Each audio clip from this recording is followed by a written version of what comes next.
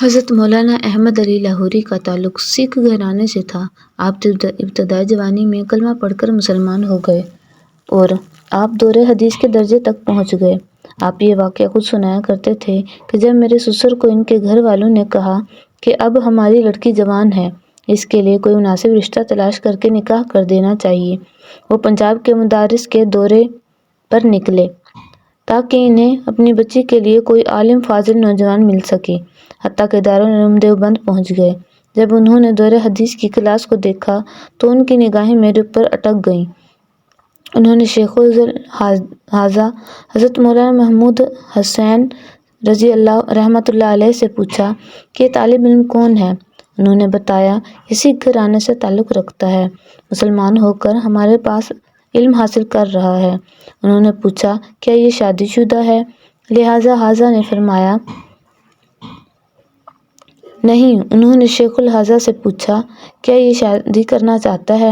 تو میرے استاد محترم نے مجھ سے پوچھا کیا تم شادی کے لیے تیار ہو؟ میں نے عرض کیا حضرت میں مسلمان ہوں، میرا سارا گھرانہ سکھ ہے، اب مجھے اکیلے کو کون اپنی بیٹی دے گا؟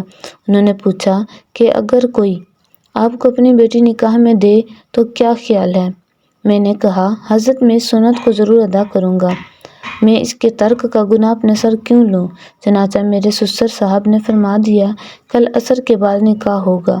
فرماتے ہیں اس کے بعد میں اپنے دوستوں کے پاس آیا، انہیں بتایا کہ کل میرا نکاح ہے، طلبہ ہی ہوتے ہیں۔ وہ یہ سن کر مجھ سے بہت پیار کی باتیں کرنے لگ گئے۔ کافی دیر بعد ایک دوست نے کہا جی آپ کے کپڑے بہت میلے ہیں، لہٰذا آپ کو چاہیے کہ آپ کسی دوست سے کپڑے ادھار لے لیں، وہ پہن کر نکاح کی تقریب میں جائیں۔ میں نے کہا میری عزت نفس اس بات کو گوارا نہیں کرتی، میں جو کچھ ہوں سو ہوں، میں ادھار نہیں مانگوں گا۔ طلبہ بھی منتقع ہوتے ہیں، آسانی سے نہیں چھوڑتے۔ چنانچہ وہ کہنے لگے اچھا اگر کسی سے نہیں مانگنا تو آپ اسی سوٹ کو دھو کر دوبارہ پہن سکتے ہیں تاکہ صاف کپڑے ہوں۔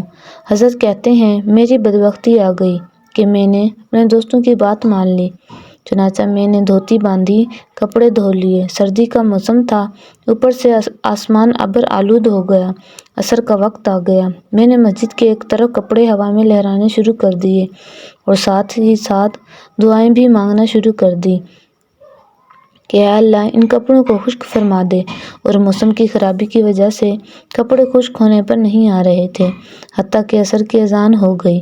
میں سردی کے موسم میں گیلے کپڑے پہنے مجمع میں آ کر بیٹھ گیا، لیکن میرے سسر کا دل سونے کا بنا ہوا تھا، ان کی نظر ان چیزوں پر بالکل نہیں تھی۔ انہوں نے دیکھا کل بھی یہی کپڑے تھے اور آج بھی وہی کپڑے ہیں اور گیلے ہیں، اس کے پاس کوئی دوسرا جوڑا نہیں۔ اس کے باوجود انہوں نے اپنی بیٹی کا نکاح کر دیا۔ کچھ عرصے بعد رخصتی ہو گئی۔ ابتدا کے چند دنوں میں میرے اوپر فاقے آئے کیونکہ میں طالب علم تھا اور تازہ پڑھ کر فارغ ہوا تھا۔ کمائی کا کوئی ایسا سلسلہ بھی نہیں تھا، کبھی کھانے کو مل جاتا اور کبھی نہ ملتا۔ کچھ عرصے بعد میری دلہن میرے گھر میں رہی اور اس کے بعد جب وہ اپنے والدین کے گھر گئی تو اس کی والدہ نے پوچھا بیٹی تو نے اپنے گھر کو کیسا پایا؟ فرماتی ہیں میری بیوی نیک اور پاک عورت تھی، اس کی نظر میری دینداری پر تھی۔ چنانچہ اس نے اس کو سامنے رکھتے ہوئے اپنی والدہ سے کہا اماں میں تو سمجھتی تھی کہ مرنے کے بعد جنت میں جائیں گے، لیکن میں جیتی جاگتی جنت میں پہنچ گئی ہوں۔ حضرت لاہوری فرمایا کرتے تھے میرے سسر نے مجھے اس وقت پہچان لیا تھا جب احمد علی نہیں تھا، آج تو احمد علی ہے۔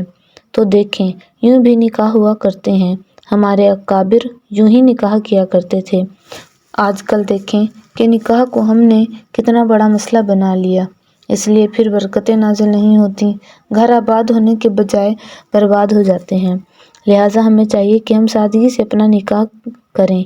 رب تعالیٰ عمل کی توفیق عطا فرمائے۔ اس معاشرے میں عورت کا مرتبہ کیسے بلند ہو سکتا ہے جہاں مردوں کی لڑائی میں گالیاں ہی ماں بہن کی دی جاتی ہیں؟